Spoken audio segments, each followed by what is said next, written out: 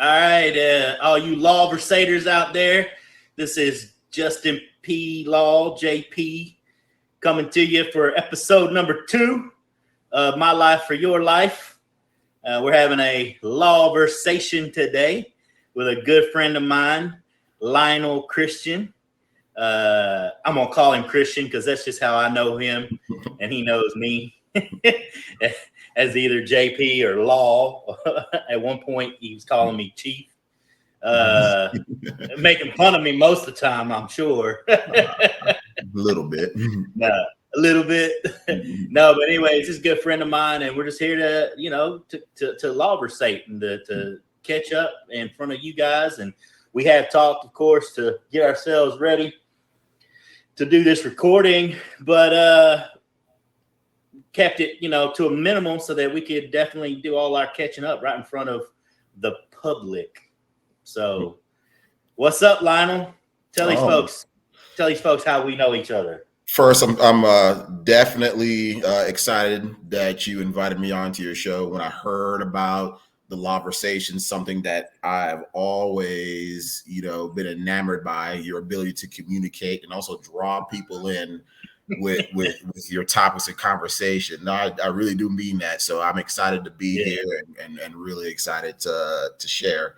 But for everyone out there, how do I know this guy sitting in front of me? So JP, Justin, Chief Law, if you will. It was in Saratoga Springs. I think it was 2013 when we ran into each other.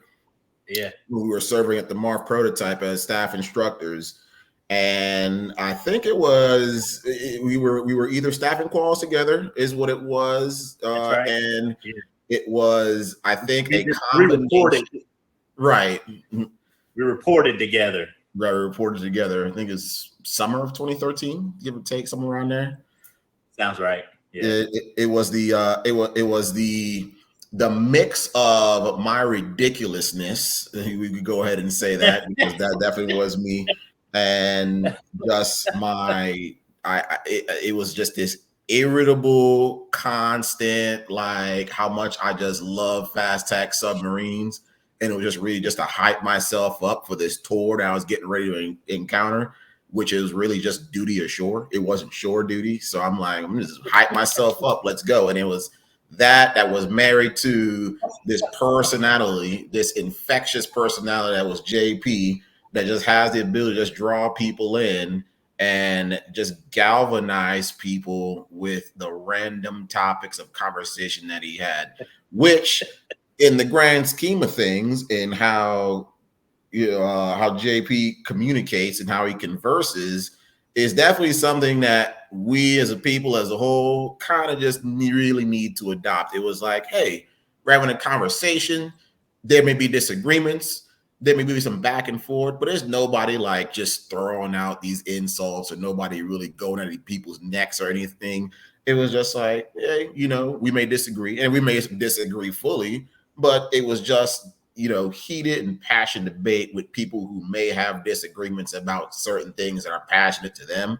And then you kind of leave with either an understanding of where people stand, to where it's like, hey, yeah, I understand where that person stands. And I may have also removed some generalizations or some of these other preconceived notions that I may have of certain things that I quite didn't understand. And you may not agree with everything people say, but disagreement doesn't need to get to disrespect. So I definitely enjoyed the many Lawversations that we had. And then sometimes they just cut into work time. Let's be honest, they would go for hours. They would go for hours. But we just had a nice little downtime, a little shoot the breeze. Those were definitely welcome. So greatly appreciate that. Enjoyed my time fully with JP here. Definitely one of the good friends that I had that allowed me to survive that tour. Because hey, we all crossed the finish line. We collapsed over the finish line, if you will, and then we just moved on to do other things. So it was a good resource to have. Yeah, no, and the same goes for you, man. Your personality was awesome from the very get go. I was like, man, yes, I got somebody to hang out with. But no, for real, the you got to be one of the funniest people I have ever met in the United States Navy, and fun and funny either way.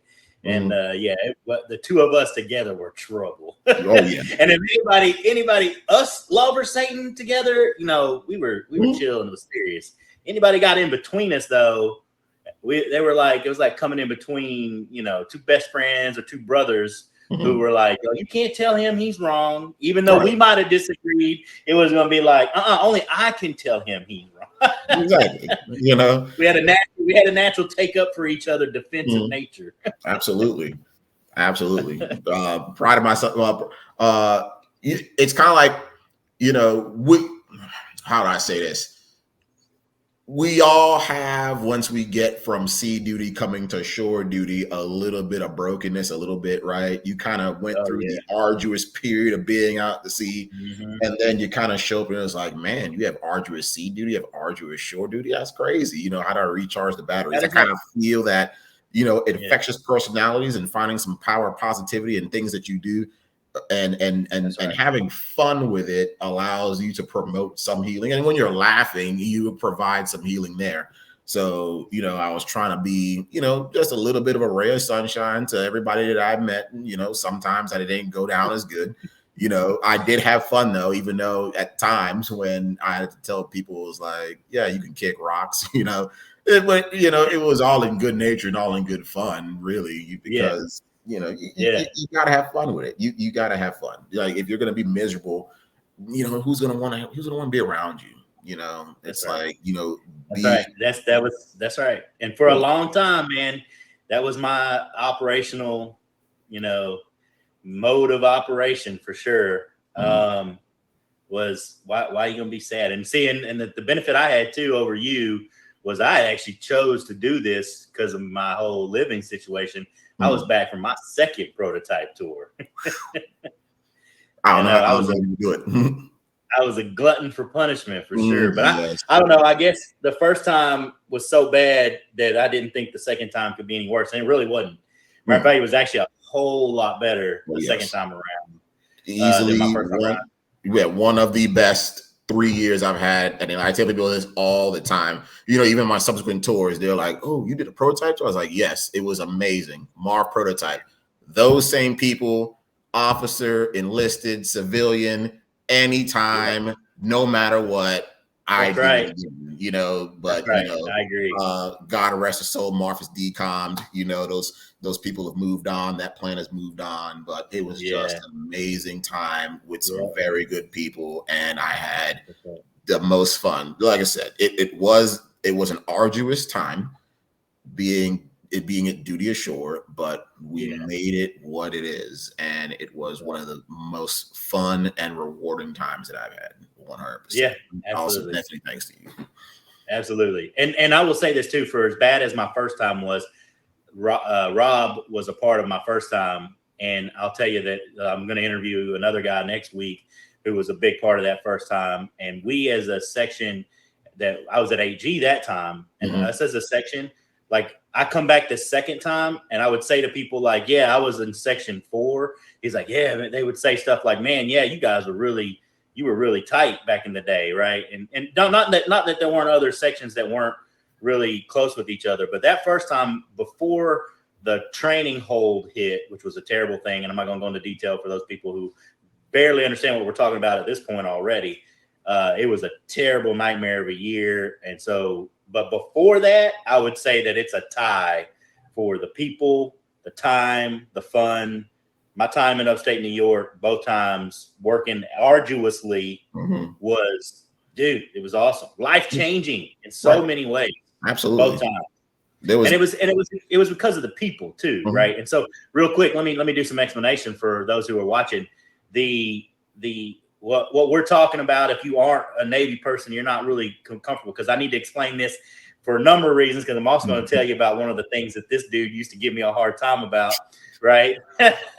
Is so in the Navy, especially on submarines, you go to school for a decent amount of time as a nuclear operator, and then you go get assigned to your submarine, and then that submarine life is arduous, period, regardless of whether or not you're on a fast attack submarine or a trident submarine. Either way, right, going out to sea, being separated from your family can be tough, but being on a fast attack submarine, that's the two different types, which was what Lionel was on for a long, 6 years, 7 years? First boat was a 6-year tour.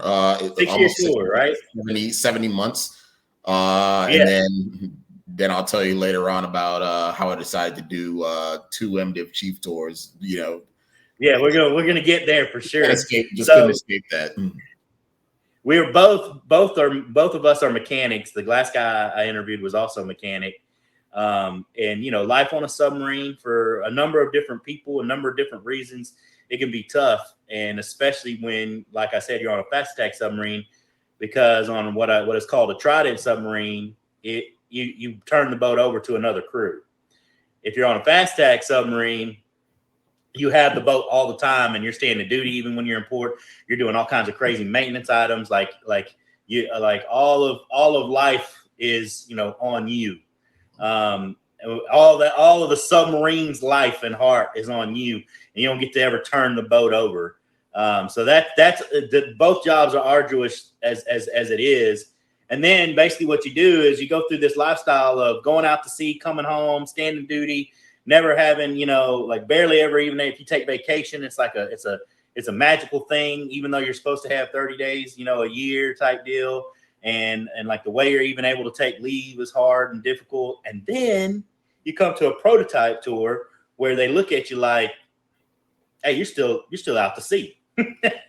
you're still like on a boat or in a plant teaching students, and we expect you to give this amount of time, and that amount of time is a whole lot of time. It's the worst rotating shift work schedule I've seen or heard of. It's terrible.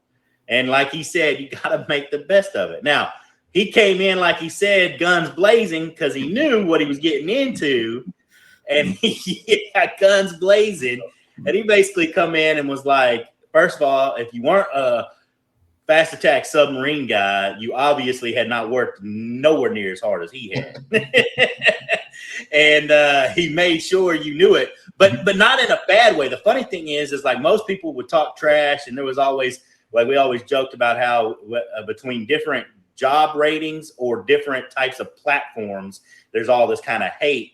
Well, the way Lionel would do it is he would just talk about how awesome it was to be on a fast attack submarine. You weren't as cool as him because you weren't on one. Yeah, that was it. And I just got through building one when we met. I just got through, and I had a little taste, just a little taste of that submarine life. And here's the funny thing: he would always say SSN stands for Saturdays, Sundays, and nights. And I would always joke about how, so he's like, yeah, 24/7, I'm working, right? Yep. And that was his attitude, and his attitude with a smile. And it's funny, I texted him about how we're going to do this interview, and at one point, we'd missed each other. I got sick. There's all kinds of reasons why we weren't able to do it at the first time that I said so, and he texts me when I'm asking about the times. Saturday, Sundays, and nights, baby. There we go. Never ends. Always working round the clock. That's right. But what JP is saying, it's like I was never trying to be disrespectful to my GN or BN counterparts at all, right? My brothers and sisters on those BNs and GNs, they working. Okay, they are working. We're talking strategic deterrence. We're talking putting tomahawks and delivering SEALs. They're working, especially when you got a damn near 40-year-old boat that needs all the health and comfort and the smooth caresses that it can get just to make it out there to do the mission again and again and again. Not to mention throughout those refits and those upkeeps and those refueling overhauls and all that stuff that, even when they go ahead and combine the crews together, them boys and them girls, they are working. They are working.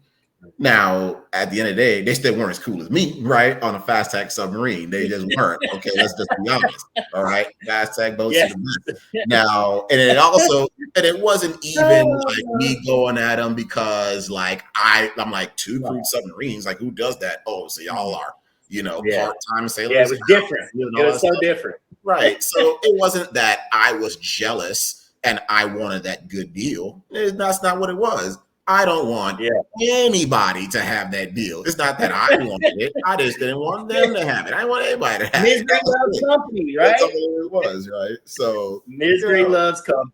That's all it really is. It's like I wanted everybody to be in the pit with me and experience the love and the joys of being gone. It's like, oh, you were planning to be home for Christmas? No. We're out here. We're tracking submarines up near the Arctic.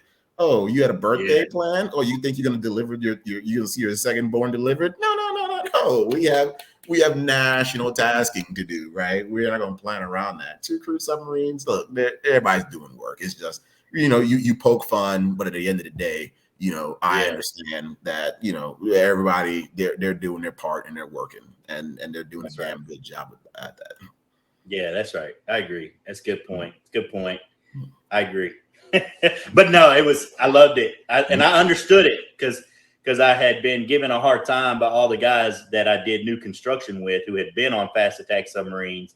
And they were like, especially my EDMC, man, he used to give me crap all the time. You remember old Cranky Hank, right? Oh my God. Man, I got to make sure he's watching these videos because he's got to.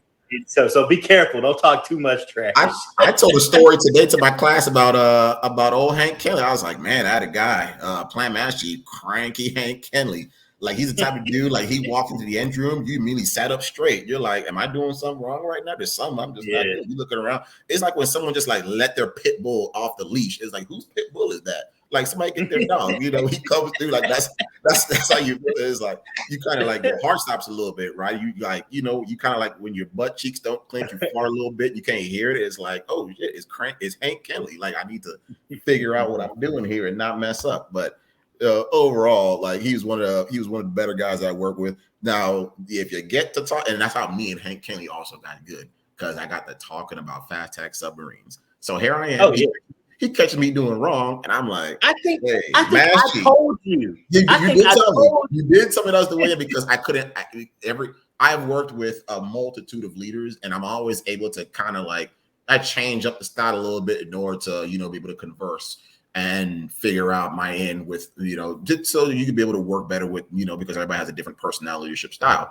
Could not crack at all Hank Kenley. Couldn't crack him. Could not figure out at all. I walk in. I think I'm doing good. There he is. He's yelling at me. There I'm on watch. I think the watch station is good. Nope. He throws a bucket across the engine room because it's not stowed. Like, it didn't matter what it was until finally JP says, well, as long as you get to talk about fast attack submarines, like, he's going to be in there.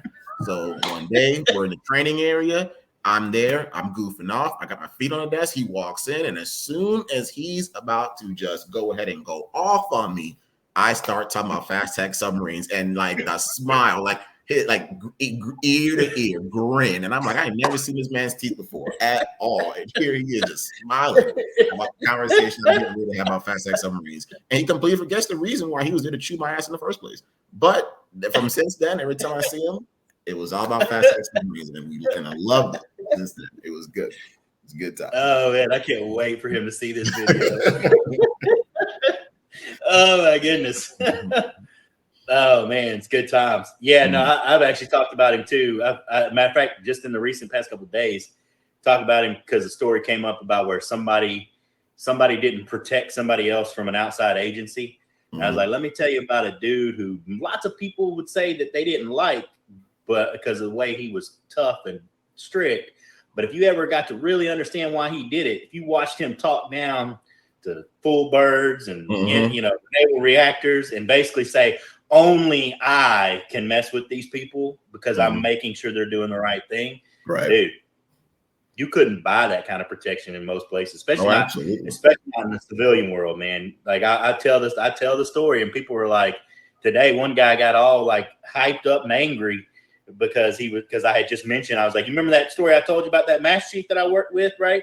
That knows some of the people that work here? And that guy, then he remembered, he's like, yeah. And he's like, you know what? That reminds me. And he just went off about how somebody threw him underneath the bus with the outside agency. So yeah, like I would hearken Hank Kenley and his style. Like if you watching college football and Nick Saban with the Crimson Tide, and how with him and how he just goes off on all of his coaches and assistants. He even tells it in the media. He was like, it's like, those weren't conversations I was having. Those were ass chewings. And he like says it straight up, right? But at the end of the day, that that Nick Saban is going to fight and vouch for his assistants.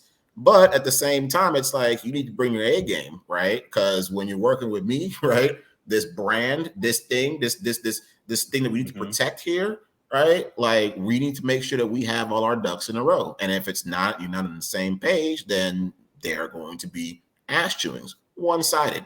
100%. And I remember other Mass Chiefs like Brian Steele, worked with him at STG. He even said that when he was working for Hank Kenley, he was like, I always try my best to put forth the best product that I can for him, and try to impress him. It never seemed like it worked, but I know that in me trying to do my best, that at least brought out excellence. And he was definitely fine with that, but still giving the constructive feedback to know, hey, you can always do a little bit better. And as long as you can do that, Hank Kelly was going to bat for you. He was going to, remove the obstacles, tell the birds, tell NR, whoever, where to shove it. That way you can continue doing your job. And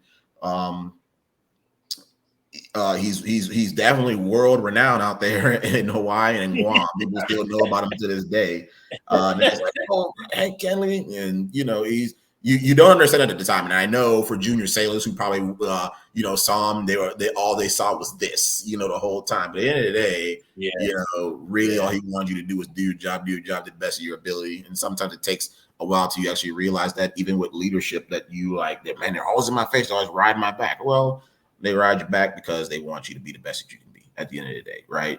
Pressure makes diamonds. They sit there and you're sitting there and you're putting up, 225, and you're getting ready to rep out, and you're trying to get through that last set, right? And you're like, man, the only way with that pressure that I'm putting on myself can I grow and get to the next level. So once I was able to realize that, it was like, man, it doesn't matter. You got a hard ass, you got a soft guy, whoever. You can work with many leadership styles and then understand where you're coming from, and then you can get the best out of yourself to be the best version of yourself. That way you can move the entire team forward. That's all he was doing.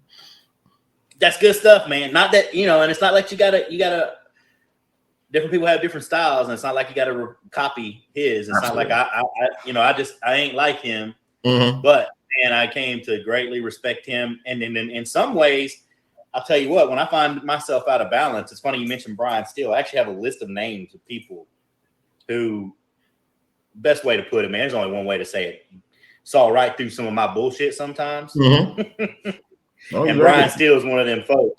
Right, I got a list of folks that that I use that when I'm thinking I'm gonna BS my way out of something. I'm looking at that list being like, nah, man, I got to be real with myself. I got to be honest with myself. It's a self-help type thing. Right. And, but yeah, man, that's it doesn't, you don't have to copy what they did and be exactly like them. I respect Kenley for the way he did things. And I balance myself out thinking about how he did do stuff. I'll be like, you know what?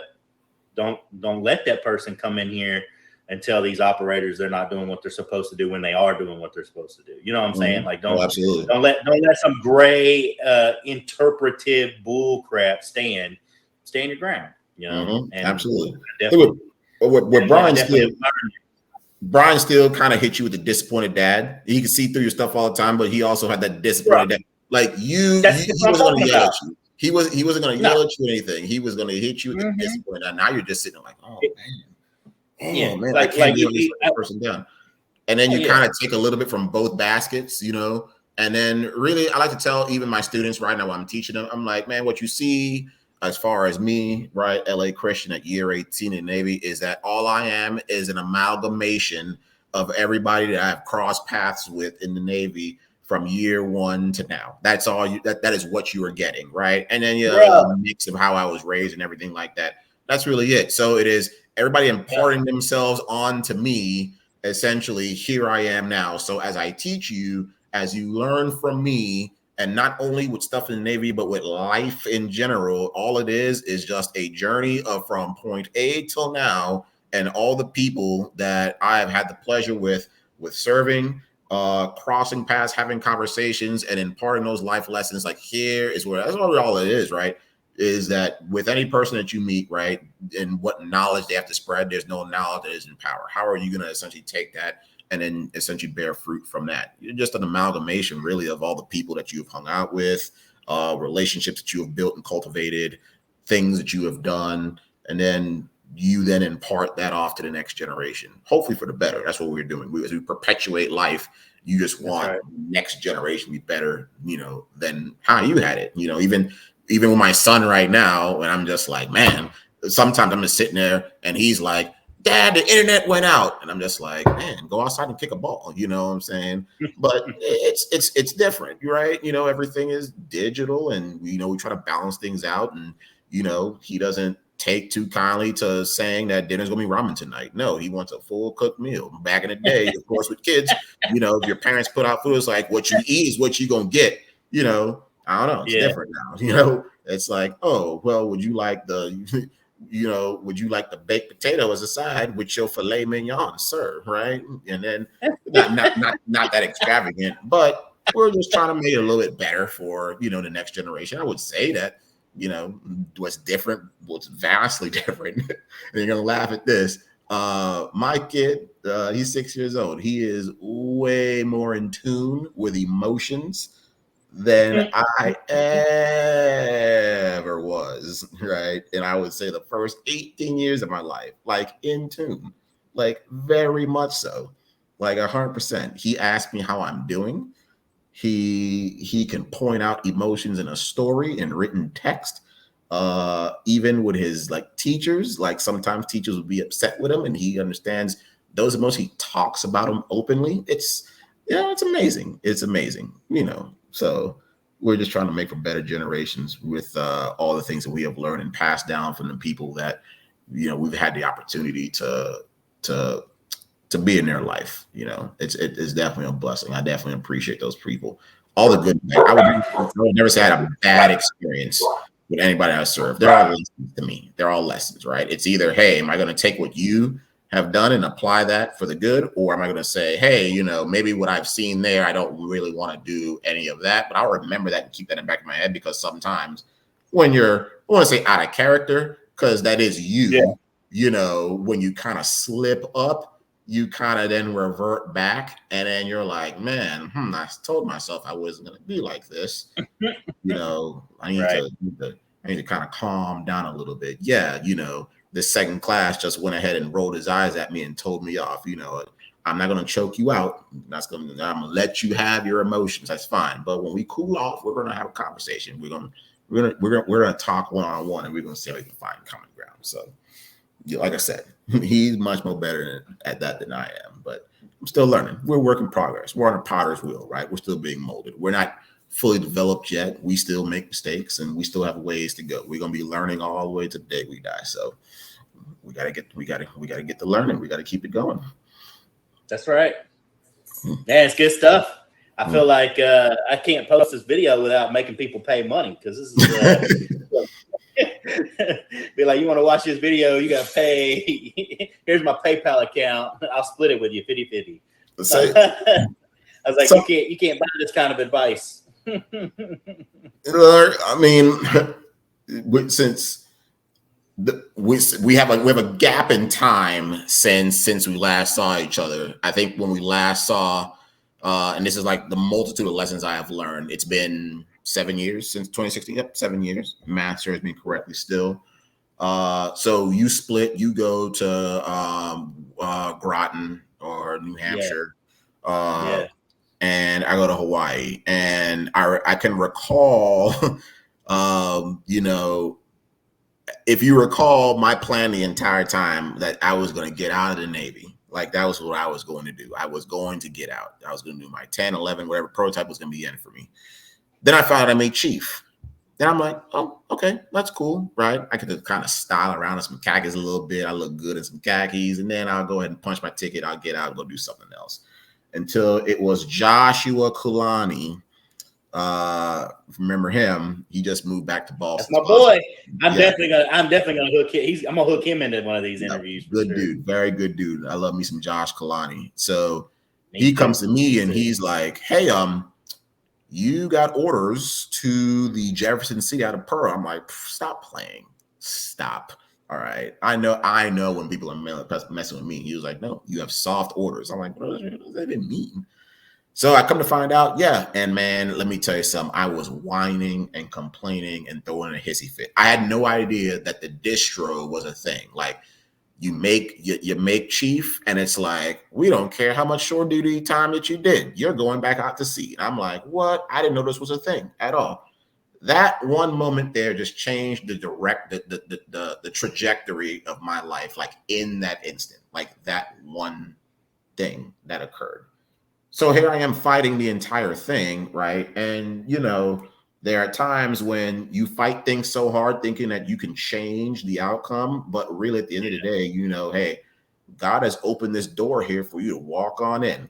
Why are you running into this wall, beating your head up against the door, right? And that's what I was doing. I was beating my head up against the door. And I had to just reconcile with that to be like, hey, this is what you are called to do.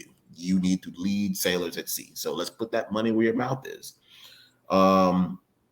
So I stopped the fighting. I put it down and I took myself to Hawaii. So I went over to Hawaii. It was definitely demanding. We're in the shipyard, with all the issues that the boats have in the shipyard and everything, and how morale goes, right down the tube, and you're fighting schedules and you're fighting work controls and all these things. You were there. Were you in? Was that new construction still or PSA? We were in an engineered overhaul. So midlife of the boat, we're ripping everything out and we are rebuilding DMD. Oh wait, which boat was this again? The Jefferson City, the one that had the leak. Right, Jefferson City. Okay, got it. The one that had the leak. So So 2 weeks of me showing up, they're like, "Hey, we need you to lead the project to essentially replace the leaking pressurizer valve." And I'm like, my goodness, like this is how this is. All the while, I had just gotten married and I have, my little boy on the way. So there's that to balance. At the time, wife transferred her job from New York to come out to Hawaii. So there's a little bit of a growing into that as well. We birthed a healthy boy. She takes time off from work. We get through the major milestones and everything as well. And then it comes to about, January of 2017 timeframe that I realized that something's not right. Like, I don't know, something doesn't seem right at this point. All the while, of course, we're working long hours, shipyard, especially as an MDiv chief, you're working 12, 14-hour days. That's just standard. For people who may not be so accustomed to that or understand that is hard to deliver on, to say that I'm going to be home by dinner. You never know what's going to happen. To try to balance that life in the shipyard to where you're always needed, right? I wish I could have done a better job at that, to not be trying to get everything done at once and understand that it's a marathon, not a sprint. Okay. Because we were definitely being burned out. Wife at the time, she was suffering from some postpartum depression. So at the time, I had to make a decision. It was like, well, I have a kid at home. She can't really care for herself, being depressed. And also, I'm here at work. I have to figure something out. It was actually my COB at the time said, well, what you can do is that you can fill out a HUMS transfer and then you can figure your life out, for as long as you need to. It kind of puts your career on pause and then you can get back into the fight. So we went ahead and did that. So we filed for a HUMS transfer, left Hawaii after a year and a half, went to Houston for a year, did recruiting there for a year in the hopes of things getting better. And it did not. Sadly, it got progressively worse. The short of the long on that is that we ended up getting divorced, and I essentially filed to end the Hums transfer in Houston 2 months short of a year to go back out to sea. Because for me, I'm hard-headed. I'm like, well, sea time is me time, and that's all the therapy I need, right? So I'm like, I'm good. It's all the therapy I need. I'll be fine. She'll be with the kid, and everything will be good. Uh, the biggest lesson I think that I've learned from that, and we're amicable, we talk, is that one, you got to understand the signs, and you got to reach out for help, when you need it. Like, you just can't, like, if you're thinking that something is slipping, you can't just essentially soldier on through life, not ask for help. And also, people don't know they can't help. And I understand that some people may not want to prime people's business or anything like that, but there are people out there, right, that want to see you happy. They want to see you whole. They want you to get the help. They want you to ask for help. And no one's going to judge you if you have these problems. Chances are other people have the same issues, or they know of people who have the same issues. And I wish I'd have reached out sooner than that, because I'm like, oh, I got this. I can take care of this. There's nothing I can't handle. But that's some stuff I just never handled before, right? And time here I am. I'm a young adult. I'm like early 30s. And I'm like, yeah, we're gonna try to do this all on our own, and work, and the whole house just end up collapsing in on itself. So dealing with a work schedule, dealing with postpartum depression, with a young kid as well, all those things, it definitely took their toll. But at the end of the day, the lessons that I learned is that, well, one, you gotta ask for help. You have to be able to also be willing to receive that help. And on top of that, you cannot force anybody to love you at all, right? Like, everybody, on this earth, right? We're here for a finite period of time. Like, I understand that no one's getting out of here alive. Okay. You're not getting out here alive. I'm not getting out of here alive. We're not. Okay. We're here for a finite period of time, right? We're on a floating rock going. That's based off of what theology you believe in, like end times eschatology viewpoints, but sure. We all have. I got it though. It's once for man to die, and that's it. Right. We all have an expiration date. What we do at that time, which what makes life beautiful, and why it'd be ridiculous for anybody to think that they want to live forever, is that life in the grace period that we get is a beautiful thing, right? What you pass on to the next generation, what you leave behind, the time that you spend in order to try to cultivate something and make something better. That's such a powerful thing in and of itself. And but in doing so, we all want to be loved and cherished, and by somebody, and but you can't force people to do that for you. Now, hell, it's a day-to-day thing. Some people just aren't gonna love you in the way that you want to be loved, and that's understandable. These things happen. I took my divorce pretty hard, in that I failed, but I had also learned that sometimes your best just isn't good enough. Right. And that's something you gotta understand. Those are things you gotta understand. Your best may not be good enough, but that's fine. It's okay. You'll be all right. There are people right now, and I've assisted people, going through those things, going through a divorce. And yes, it's rough. It is a tough thing, right? But at the end of the day, you got to look out for your mental health. You got to look out for look out for the ones that are going to see you on the other side through it, but at the same time, not jeopardize yourself, and try to make sure that you're amicable throughout the entire process, and not compromise yourself. So that way, when you are starting to rebuild and make yourself a better person, you're starting from here. Here you are way down here, pulling yourself back up, right? So learn some hard lessons. We're in a better place now, definitely. But I took it real hard. And then, of course, going back out to sea, and I still have my son, still have to raise him. said to be a father for him, all these other things, and then, of course, do the arduous job. It's very demanding, and it comes with its own set of circumstances and things you have to do. But still, in the back of my mind, I'm just like, well, I need to progress as a person. How am I going to get better? What things I need to do? Well, I'm like, okay, well, I'm going to try to read like at least one book a month, or I'm going to essentially fit working out into my regimen. I'm going to take some college classes, whatever it is, in order for me to be the best version of myself. That's what I'm going to try to be.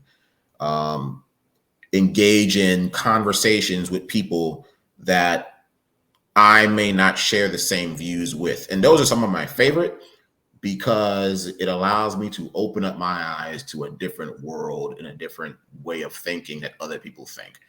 I don't want to surround myself with people that think like me. That's boring. Okay. Yeah, you already agree with me. That's fine. Okay. There's no conversation. There's no dialogue. It's boring. It's trite.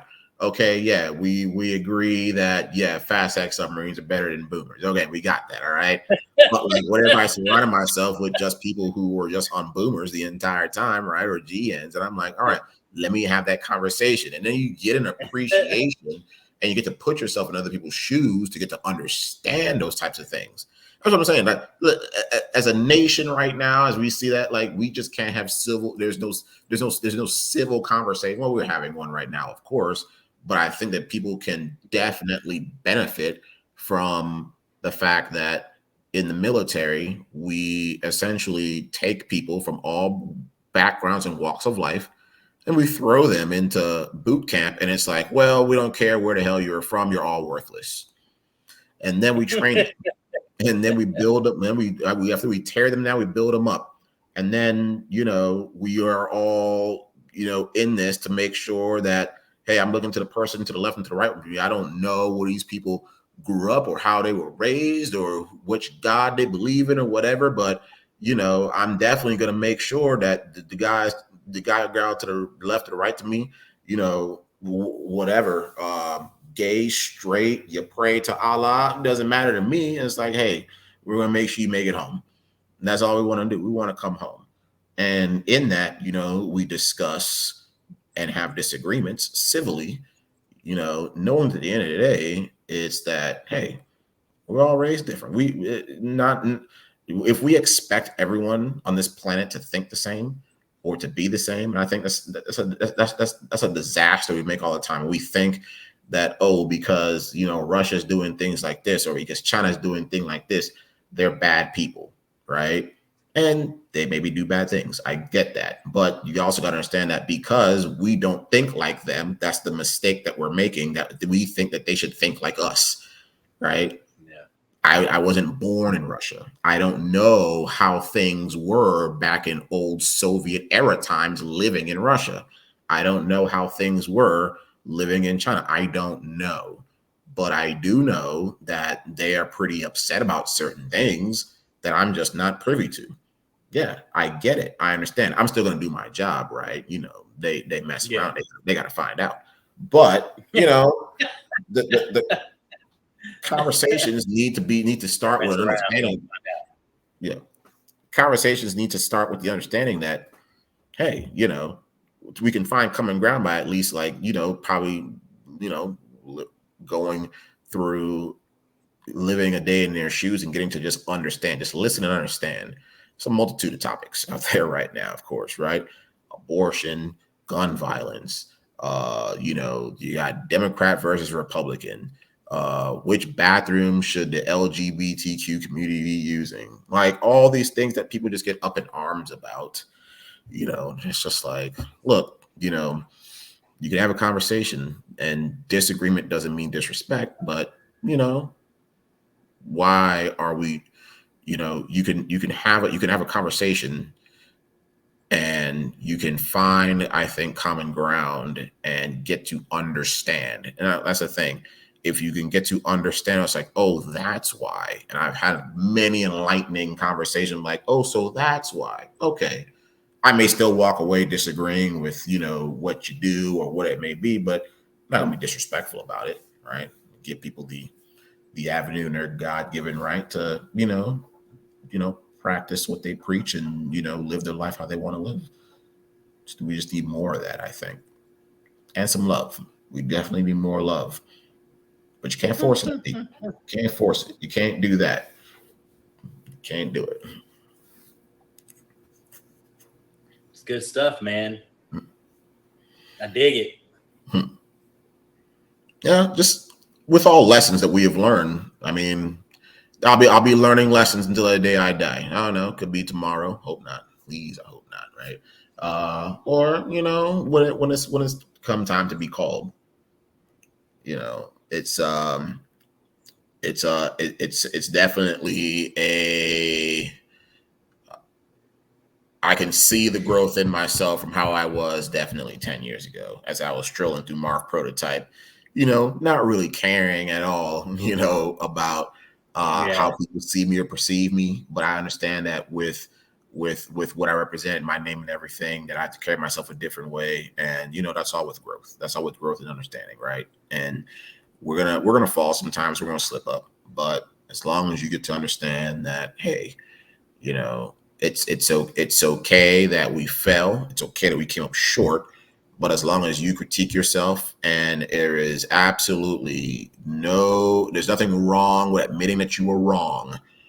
I do that even with junior people. I'm like, hey, I was wrong today. I was messed up. You guys were right.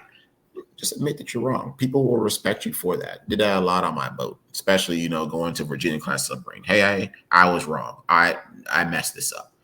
People respect you more for that. I think sometimes people can't just admit that, hey, I got this one wrong, but we're going to get better and we're going to do our thing. But, that was essentially the time period from, last I saw you till now. I actually, I live in Charleston now. I bought a home. My son lives with me now. And essentially raising a child on your own it comes with its own, first of all, appreciation for the single moms out there that have done that. God bless y'all. So I'll be reaching out so you can give me tips on how to save me, because Lord have mercy. But it has definitely also given me an appreciation for how you can see into how little minds work and how they converse and how they see the world, and everything that essentially goes on in the day-to-day to essentially make that little thing successful. Like everything. I'll admit to you, the first year that I did this as a single dad, I was messing this up, and of course, who do you think my biggest critic was? Oh, my son let me know. He let me know that I was not an adult today. He let me know that I cut somebody off in traffic. They let me know that I forgot to sign his permission slip to go do this. Oh, the kids will let you know. Kids will let you know. And that's right. I was I did the wrong thing at first, right? Because here I am coming off a submarine, and I'm like, I'm up to here with stress and everything. So at first, when he came at me, of course, like I dish it right back. I'm like, you're not gonna talk to me like that. But I've calmed down a whole lot. I've given him the avenue to critique how I do, because that's gonna make me get better. And at least with him asking these questions and trying to figure out how things are happening, right? Then he can kind of get an insight to see, hey, on a day-to-day, right, we need each other to make it through this process. And yep, I get it. You're putting up with my business. You're putting up with my nonsense as much as I'm putting up with yours. But we're a team, right? Even though you're a 6-year-old teammate and I'm a 36-year-old teammate, we're a team, and we got to come together. We got to make this work. And, now we just about have this thing on automatic. Of course, with him constantly yapping about, how I suck at being an adult. I am fine with that. I don't want him to tell me that. I don't want a 6-year-old to tell me that, because he don't know what he's talking about, right? Even though he may be right. I just don't want to hear it from him, even though he could be right. And your kids are essentially just, they're spitting images of yourself. So if you like to think of me, whatever I was giving all y'all grief at Marf, right? Like imagine a little one of me doing that to me on a daily basis. Hey, I reaped what I sowed. So, got my offspring, constantly coming at me. I'm just like, hey, here's my kid. That is what it is. Great. So, kids gonna tell you the truth. They will do that. And you can either be upset with them for telling you the truth, right? Or you can take that and you can be like, you know what? You're right. You're right. But here's how I'm going to do better. And I appreciate you for telling me the truth. They're going to do that. Some people, they want to get upset and they want to, yell at their kids for telling them the truth. It's like, yes, mom, you look fat in that. Well, no, if you do, then, take it for what it is. Okay. At least your kid was willing to tell you the truth that probably your husband isn't telling you. Okay. You want to be honest. All right. And I saw I told my kids, like, hey, don't lie to me. And since he has taken that on board, he definitely does not lie at all. He tells me the truth. And there's too much truth at times. And I'm just I love it. I'm getting what I asked for. So yeah. It's been a wild ride. It really has. And we still got other things that we have on the horizon. We may end up staying here in Charleston. Of course, rates are through the roof right now with mortgages. I don't want to essentially, trade in a low interest rate that I have right now for something else. So, like the area may be, we may end up being here. Who knows what job I'm gonna get when I'm done. But at the end of the day, we're well off enough to where we can just live life and be happy. That's all we want to do, is to be able to be happy in what we are doing, so that way we can live a fruitful life. That's it. Do the things that make you happy. That's what really, living life is about. If there is something that you are doing that is not making you happy, then you have to make a change in what you're doing. I understand that job that you hate getting up and go doing pays the bills. Now you got to do this stuff within reason, right? But if there's something, job, relationship, whatever it may be, you want to go do that trip that you've been holding off on doing, whatever it may be. These times now, as you can tell, you never know. You got to do more of what makes you happy. Go get those experiences, go do those things, and just go out there and just live your life. Do you, boo-boo. Live yours and be happy. Hold up a second. I'm being distracted. Oh, that's fine. So hey, Kira. Hey, how are you doing, girl? She knows I'm about to get onto her brother, and so she's trying to take up for him. Mm-hmm. Hey, no, girl, stop. Y'all chill, all right? We're having a conversation, okay? A Lawversation. You know what that is, Lorenzo? I don't have many of those with you. I just tell you to stop. This is my Italian Greyhound. There we go. How you doing? He's about on his last leg, and he's in over here whining because he probably thinks I'm going to feed him, and he always is hungry. As you can tell, he's skin and bones, but he eats more than anything alive. Mm-hmm. If we let him, he'd eat himself to death almost. Yeah. Say hi, buddy. All right, get down. Mm-hmm. But yeah, go on, go on. There you go. But no, man, that's yeah. You said a lot. Hey, you can Lawversate with the best of them. I'm glad you're doing good. I'm glad all this perspective that you have. It really sounds, just on point. Again, I know that some people, including myself, could overanalyze some things that you said, that you've said so far. But I do, I'll say it like this. I told you when we first started, right? Like that this whole thing, including, the podcast and eventually, I'm going to turn that into a book. So I might be calling you with permissions and 0.5%, royalties for including your story in that or whatever. Right. But, yeah, the goal for me for this, going back to your statement about the accumulation of who you are, right? Who we are, who anyone is. I mean, you might as well have said, exactly what the title of this podcast, video cast, YouTube, whatever, episodes is called. It's called, My Life for Your Life. And that's the whole goal, is especially, with these interviews, is to take, my experiences and my influences in my life and to show them to everybody. And, you definitely are one of those individuals for sure.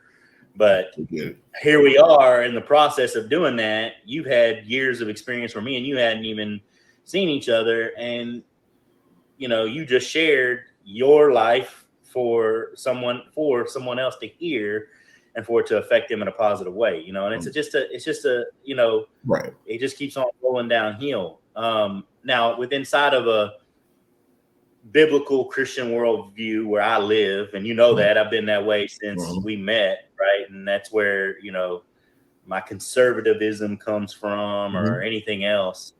It's interesting what you said earlier about, living together and needing more love. And I just got through a lot of life changes and a lot of mess that I was going through. I was pastoring a brand new church, brand new congregation of legit 501(c)(3) church, organization, looking to grow and be some kind of an impact in the community. And because of the particular persuasion, which I'm not going to go into detail on this video, but in other videos it might come out, a little bit more detail and talk of some of the things we believe or theology, I end up with groups of people, right? Older folks who are very, you could say, one-sided type people. And if you were to go check my YouTube channel right now, I started to put teachings on that were from when I was pastoring this congregation inside of my own home. And basically what it was going through the Bible, right? Was what it was, right? It was a liturgy, a Bible reading plan. And I basically I would lawversate about whatever that week's portion or reading was on. It would be my perspective with a little bit of technical details here or there, right? But definitely trying to put it all together. And a lot of the times it was awesome. I loved how it worked. And a lot of theologians and faith people will say that, yep, I get it, right? They would say, part A, the first part, the middle part, and the last part of the book had a common theme. And that's how I would title the day. And that's how I would teach and stuff like that. And this particular teaching was about, and it's not something you've mentioned. It's something that's Rob mentioned. It seems to be a theme. It was about the verse in Romans chapter 8, verse 28, where Paul basically tells everybody that he's writing a letter to, hey, all things work out for the good for those who love God and who are called according to his purpose, right? Anybody underneath, his, umbrella. And going back to your statement of inclusion, right? I've learned one thing really the hard way, and that is, while I'm honestly not a full inclusive person, I'm very careful about who I say is or is not in, because I think we're all going to be surprised. Right. Even the group of people that I belong to, type deal. And I haven't put up, I've got part 1, I've got the intro, I've got part 1, which was the first 5 books of the Bible. I got part 2, which was part of the historical books of the Bible, and part 3 is the New Testament. I haven't put the New Testament part 3 up. I can't do it because basically what it was me trying to, if we were talking about a spectrum, and I'm not going to go real far over, I'm just going to say from where you're at, from where I'm at, or definitely had to be that day to teach these older men, to tell them, look, man, right here in the Bible you propose to say that you follow, it tells you that even when you know that the person is, and you don't like them, and you have personal proof that they're wrong, jacked up, or even you could call them evil, depending on their position or where they're at, you're still supposed to handle things in an appropriate manner. And you're you're not gonna win anything by trying to be like, you better agree with me, you know. And if not, you're gonna burn in hell. And it's like, listen, man, that's that's not really how that's supposed to go. Exactly. And I tell you what, man, I've watched that video a couple of times now, and I did what I could do that afternoon in explaining a certain passage. It was actually Titus. I think it's Titus chapter 3 for anybody who even wants to look. I did do as best as I could, and let me tell you, man, my first picture, I did what I called a PowerPoint Sunday school felt board. Remember those old school Sunday school? I don't know if you're old enough. I'm old enough to remember, like, when Sunday school teachers would teach a story and they would have like these little characters that would sit on a felt board, and they would like create a scene, and they would look at your kids and look at the kids and be like, see, this is David killing Goliath type deal, right? Well, I did PowerPoint felt boards, right? You know, we got a lot more technology nowadays that can come up with pictures. And my first picture is a picture of Joe Biden. And I pretty much thought, as soon as I pulled it up, that these dudes that were in my congregation, they were going to fall out their chair, or they were going to cuss right there in the middle of the church. Right. You know what I'm saying? And I did it intentionally. And then my next picture for that same passage and the same discussion was a picture of the January 6th, riot, or whatever you want to call it. Whatever people from different sides and different arguments are calling it these days. Direction, disagreement, peaceful protests, riot, whichever one. And here's the worst part about it. When it comes to maybe even some of their extreme viewpoints, I didn't necessarily disagree with them. I told them that I tried to, like, you should see the video. I like literally, and I haven't posted it yet, right? Like I almost don't know if I want to. And it's actually, that one video has caused me to rethink posting a bunch of other videos. I think I'm just going to go back to square one and do like a Bible playlist, on my YouTube channel. But bro, like, I'm telling them, like, listen, I don't disagree with you, but that doesn't mean that your reactions or your responses, or this response showing the picture of the January 6th thing, what is a correct godly example, right? Like, it doesn't even fit the mold of how we're supposed to handle things. And man, they weren't hearing it. They weren't having it. Like, it was a nonstop drag out. Like, I think by the time I got done with, and we're only talking about one chapter of Bible, and I think it took an hour for me to get through. Like, I said all the things that I feel like were useful and helpful, but how much they were listening, I don't know. And it was tough, man. I'm sure you probably know. I've been away from my Bible a while. I was raised Catholic, but I'm a bad Catholic. Why would I know that? I don't know that. I'm a bad. I got no prophetic. I'm a terrible Catholic, but what does it say? God commands us to love thy neighbor, right? So he tells us to love. That's it. So it's interesting. I think I saw this like a year ago, 2 years ago. It's like, when you are called to the gates, God's not going to ask about, you're sitting here, it's Judgment Day, you're called to the gates. God's not going to ask about, the lady that had an abortion down the street. It's not going to ask you about, the guy that essentially manipulated his genitalia to become a woman, right? It's not going to ask about, this person over here with, are they Antifa, BLM, Proud Boys, whatever, other type of whatever. Better. Yeah, you could just say he's not going to ask you about anybody that is actually and did do some wrong thing. Exactly. I'm not going to ask anything about that. He's going to ask about you. And then with respect to that, it's going to ask, hey, did you love them as I commanded you to do so? And some people honestly can't say that, because within disagreements that we would have with things that are so passionate right now, because we want things to be a certain way, we go overboard with the disagreement because we want these things to be a certain way. We are trying to take things that we can't necessarily control and control them. And as we see that grip and we see ourselves losing that grip, then we essentially just toss the religion aside, right? And then we just get into like boom, and here comes the hate, and we are not as loving, and so on and so forth. Yeah, it's just more freeing when you're able to just essentially, was that you just let go and let God, if you will, right? It's like hey, when it's one of my favorite statements. for instance, I think it was so was it Stephen Covey? Was it Stephen Covey? I'm trying to remember, but I can recall this thing that I saw, which it talks about the circle of influence. That's Stephen Covey. Yep. That's Stephen Covey, right? So you got circle of concern, circle of influence. Exactly. And if you allow your circle of concern to get larger than your circle of influence, then That's here right. you are stressed out constantly about stuff you can't control. I can't control the price of tea in China. I can't control the price of gas. I can't even control probably who my next president is going to be, depending, right? Yeah.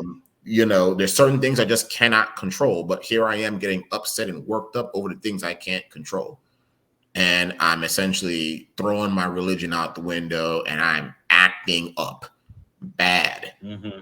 Now, here I am. My circle of influence is not bigger than my circle of concern. I can control my emotions. I can control how I would react to certain things. I can control me. I am in control of me.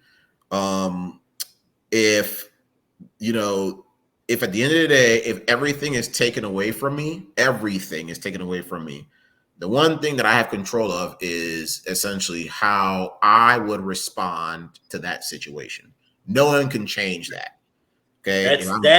If I'm locked in a cell, right, I can control how I would respond to that thing. Yep, exactly. Yep. Viktor Frankl. It's Viktor Frankl. That's the what is it called? Meaning, Man's Search for Meaning. There you go. I can control my reaction. We see unsavory things all the time on the TV. Yeah, sometimes people get triggered by certain things that they would post.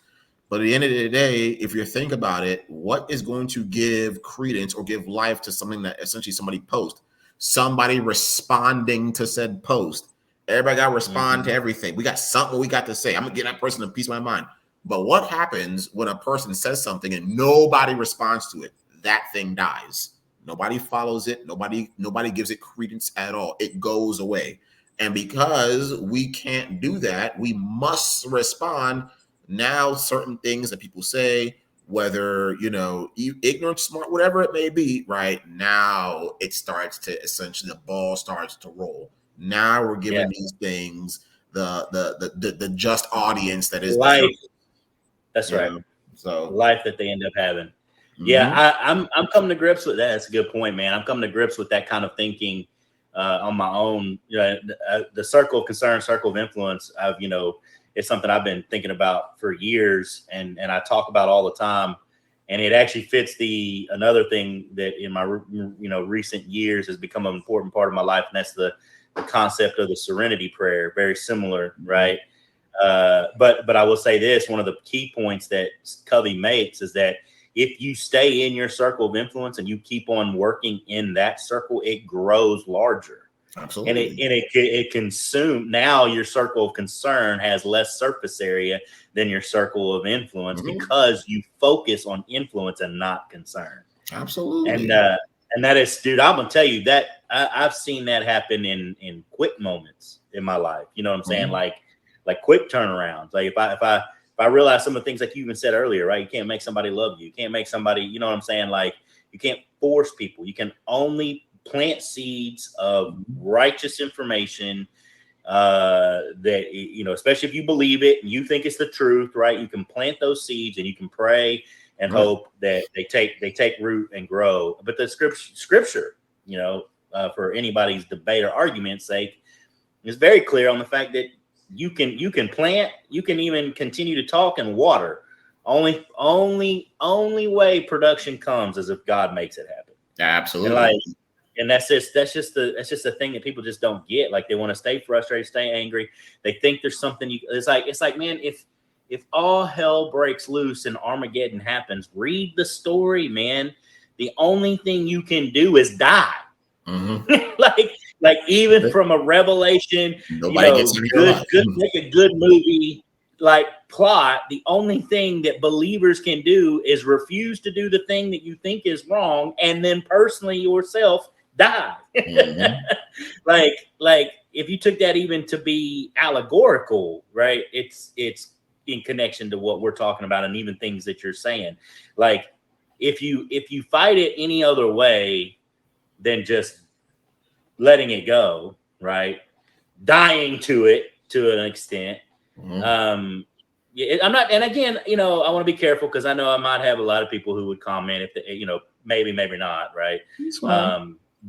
But either way, even if they did, they're gonna be like, well, what do? You just ignore it? I'm like, no. I mean, I see things today, I hear things today that I have to filter. I have to go, I'm concerned about that. I can't right now in my Mhm. world. I can't influence that. It's okay to recognize you Yep. got a circle of Mhm. concern. There you You go. got one, Mhm. but live in your All the time. circle of influence. Absolutely. You hear things on TV, you see things, and yeah, I am concerned about that. But at the same Yeah, time, I may not, I don't have the power to change that. And I still want to be essentially in my circle of influence and to be able that's right. to affect the things that I can control. That's right. Where I knows with God, all things are possible. And when he gives you like if you pray the Serenity's Prayer, right, and then you get done with that, like he gives you these tests seemingly to be able to see, well, okay, well, if you like, oh God, I hope that I hope I could be courageous today to do X, Y, and Z. Well, he'll then like give you the test to see like, hey, put you in the path to where you can use some sort of moral courage or Mhm. fortitude with certain things, right? It's not like you Yeah, just snap your fingers and boom, like you're just that person, or like yeah, if someone cuts you off in traffic and you prayed and before you had the prayer that, hey, for me to, be in tune with my emotions. All right, well then here you are, you're in traffic, somebody cuts you off, now here's your test, are you going to be able to now with the test that's before you be able to come out on top of what God just gave to you? um when you pray for these things to happen, you actually get the test to see whether or not that the action is going to occur, because at the end of the day, let's say it's like the saying that I've seen before. It's, you know once you pray and you say amen, right, the yeah, amen is essentially your time to act. Okay, now let's go get this done. And you're going to have these tests all the time. You have these tests all the time. Now, if you can stay within that circle to where you can be in control of you, then all the other things, right? Yeah, of course, everybody gets stressed out when you get cut off. Somebody flicks you off in traffic. You see something unsavory that your neighbor is doing, whatever it may be. We understand, right?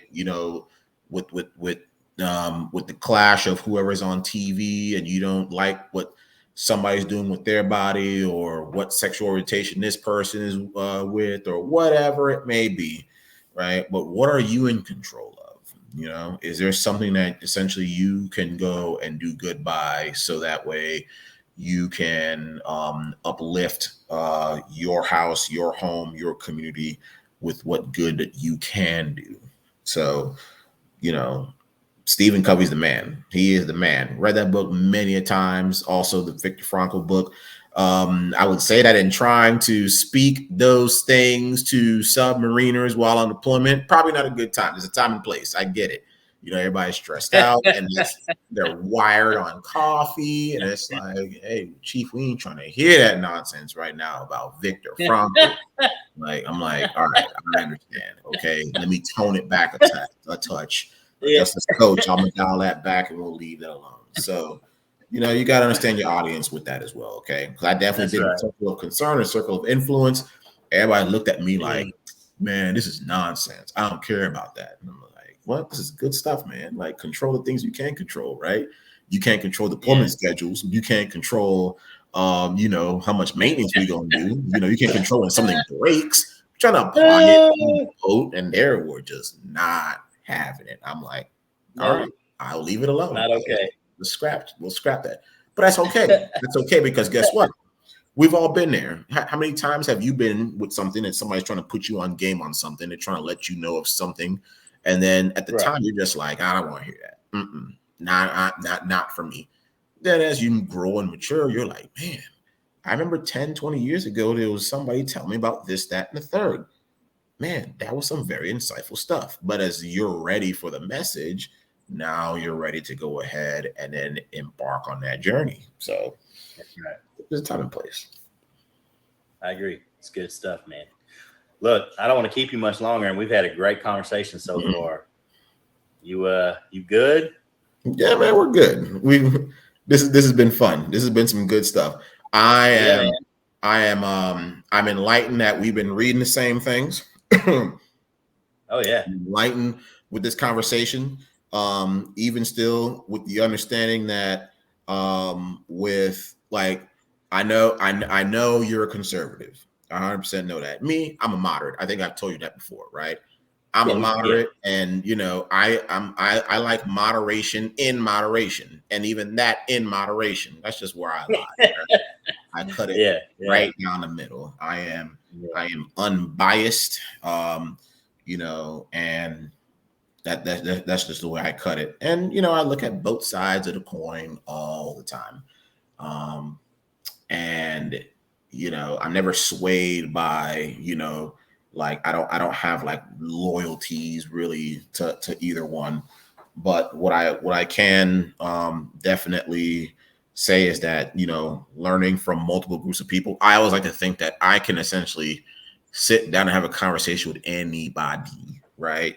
To learn. I'm like, oh, we got people rioting at the Capitol, man, bring the dude with the horns in, come sit at my table, let's talk, right? Let's do that.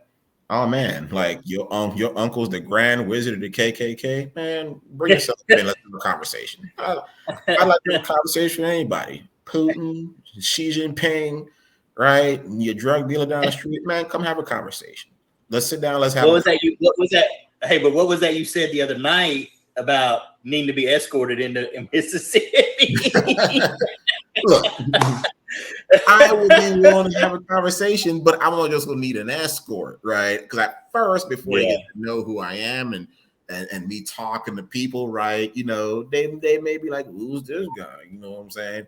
And then after we sit down, we have a conversation. Then you know, we kind of get to cool things down and understand where we're all coming from. We may not agree, and that's fine. I didn't come to, you know, force my belief on you or anything like that. It's just to find common ground to get us to understand. You know, some of those conversations are difficult ones to have. Someone in the office, and they said, someone in the office told me, they said that as a white Christian male in today's America, that they have less rights than other people. Now, I didn't get upset. I didn't get upset at all. I think 10 years ago, I'd have said some ignorant stuff. But I didn't get upset. I didn't get mad. I was like, I would like to hear your contentions and why you believe so. We had a conversation. You know, and I left with, you know, an understanding of how people, you know, the difference between essentially equality and equity, right? And kind of how that is being essentially taken advantage of right now, and you know how some people feel that they're not getting a fair shake, and how it's going to disrupt meritocracy. Because as we know, in the Navy or in the armed forces in general, right, it's the closest thing we have to a meritocracy, to where we're going to promote based on someone's ability to serve at the next level. It's not based off of skin color. It's not based off of, you know, your background, your wealth, anything like that. It's just based off of, hey, what have you done? What can you do? Right. And, you know, they're just believing that with equality versus equity, right? Hey, everybody's the same playing field, right? We're equal, but the equity part being that, hey, since I am more disadvantaged, in order for us to equal the same playing field, I need more of a head start than you, and then we'll both pass the finish line at the same time, right? You know, they're just not about that, because they're like, well, why is this person gets, you know, a head start? I work just as hard, you know, I should be well deserving of, you know, that. And it's a conversation with a bunch of different socio-economical things that, you know, will take more than the time that we're allotted to talk about these things at this point. But it was a very fruitful conversation. I love the conversation. It was good. I wasn't upset. I wasn't mad, and you know, we both left things enlightened. Yeah, let me put you on something, and hopefully people that are watching this will hear it and realize. And you can agree to disagree, or you can agree, however, right? You see this, and I don't even remember, you know, all the details of conversations we've had, but I do know that I know we talked about it a lot. I'm in a unique position of a particular white boy that I am, because of how I was raised and how I personally feel about the Black community as a whole. I guess the best way to put it is I'm pretty down. I don't see any other way of saying it.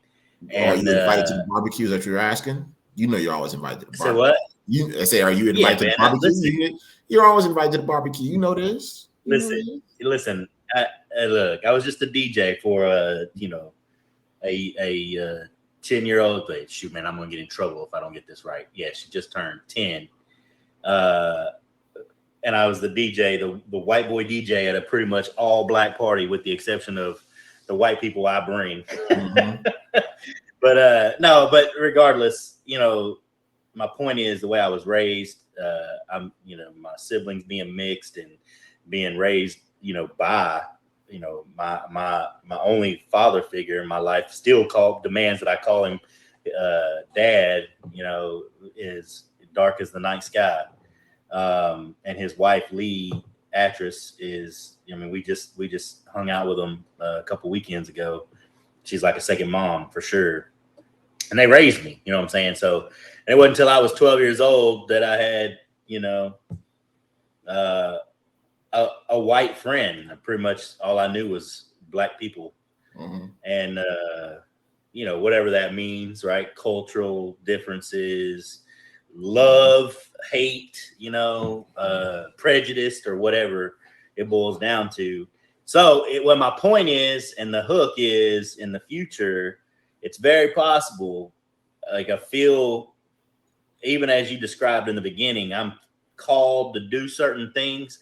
I believe that possibly another part of that calling is to have conversations with friends like yourself about the harder topics when it comes to race in this country, and even the issues and things that have happened over the, you know, past couple of years. So like you said, we could ready.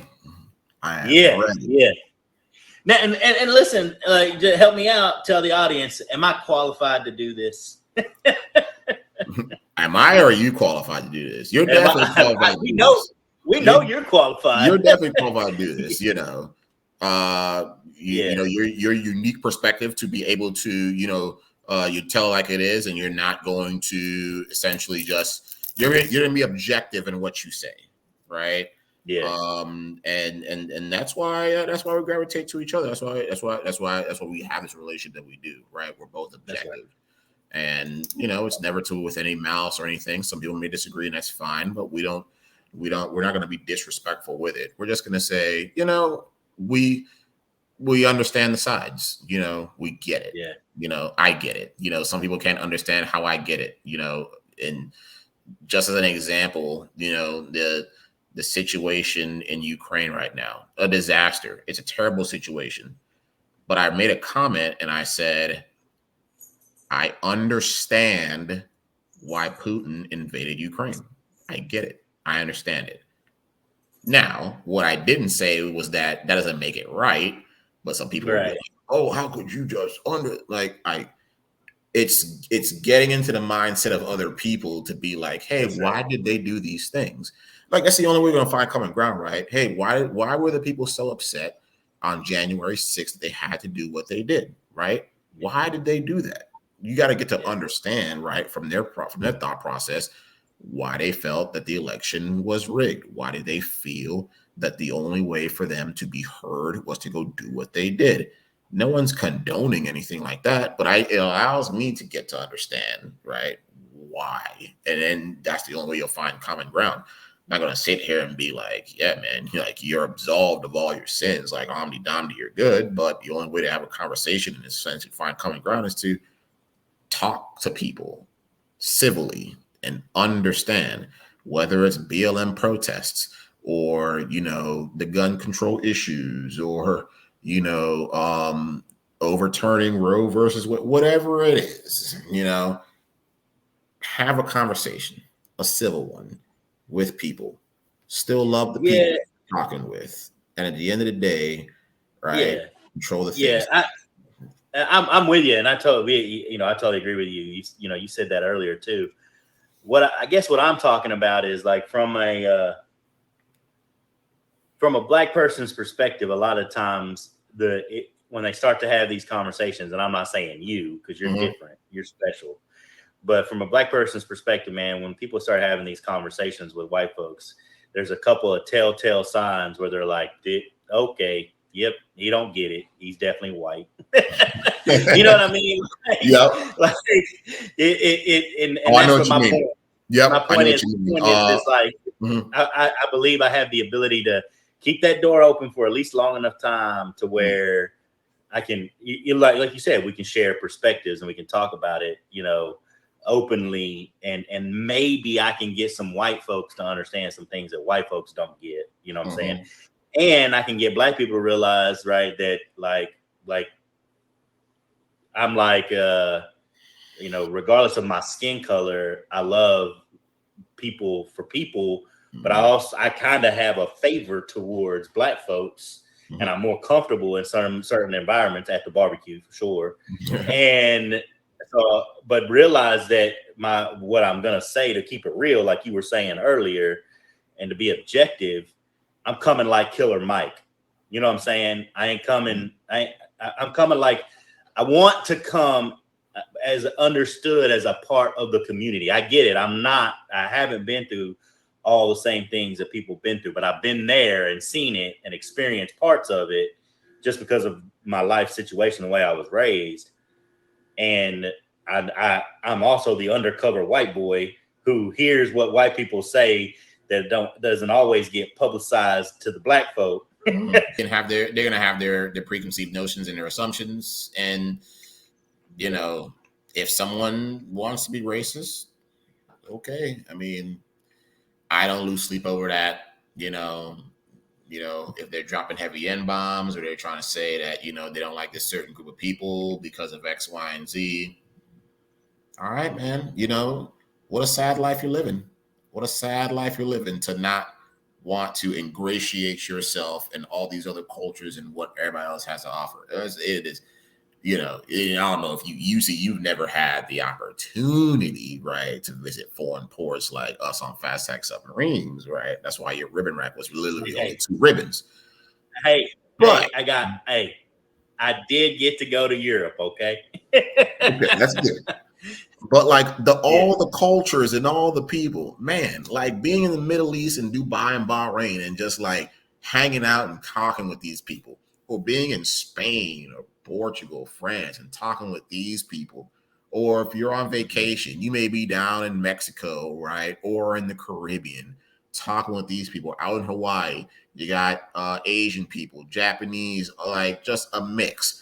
And you're talking and understanding these cultures and learning from these people. And there's nothing better than just learning from people that are just not like you at all, right?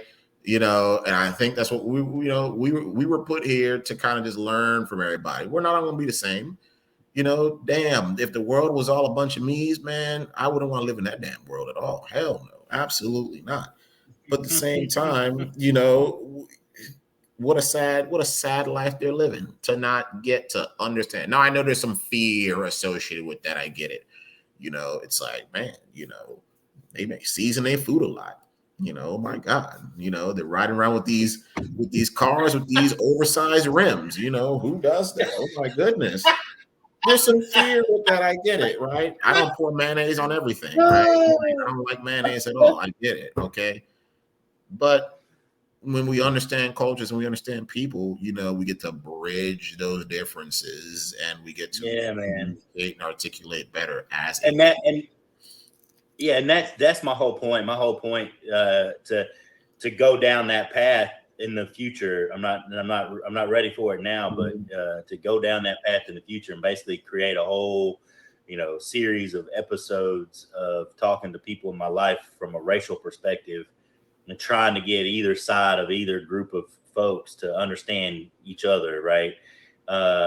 Is again, it's the same, like I said earlier, mode of operation of what this whole thing's about. It's just a heavier focus, a heavier like laser beamed into, hey, my life or your life. I got a really interesting perspective. Look here, white folks, listen up, right? Look here, black folks, listen up. You know what I'm saying? Like, let's see if maybe because of what's happened to me, do I have some influence in a way to basically plant a seed, water the seed, you know what I'm saying, for some good growth and change to happen. I can't wait for that conversation. It's gonna be some good ones.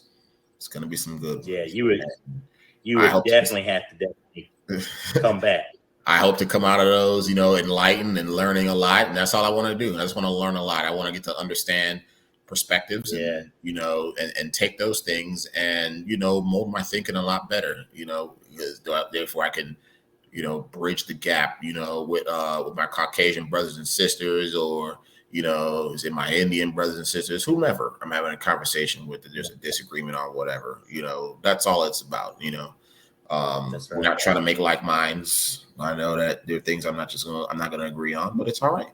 It's all right. It's not it's just a little, if we can just open up a crevice for a little bit of more of love to creep in. There we go. Because some understanding.